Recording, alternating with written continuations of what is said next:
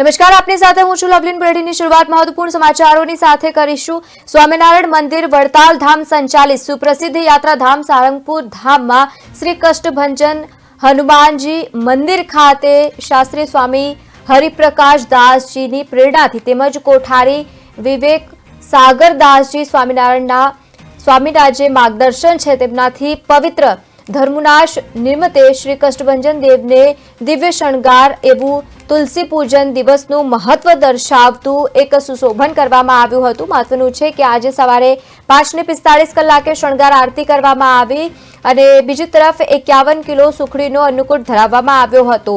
તો તેની સાથે જ ભક્તોએ દર્શનનો લાભો પણ લીધો. આ વાઘા વૃંદાવનમાં 1 મહિને બન્યા છે. આ શણગાર તૈયાર કરતા 4 થી 5 કલાકનો સમય લાગ્યો હતો.